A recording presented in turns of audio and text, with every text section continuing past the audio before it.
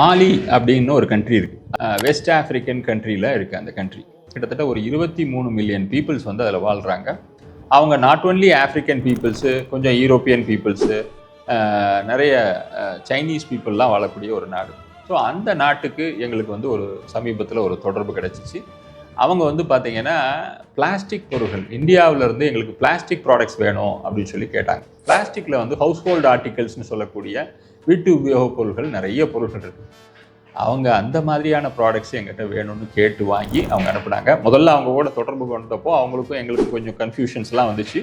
But இந்தியாவில் மாலியை சேர்ந்த ஒருத்தர் எங்களை வந்து நேரில் பார்த்து இந்த கம்பெனி நல்ல கம்பெனி, இவங்ககிட்ட நீங்கள் வாங்கலாம் அப்படின்னு உறுதி அளித்த உடனே அவங்க எங்களுக்கு அட்வான்ஸ் பேமெண்ட் கொடுத்து அந்த ப்ராடக்ட்டை அவங்க வாங்கிட்டு போனாங்க.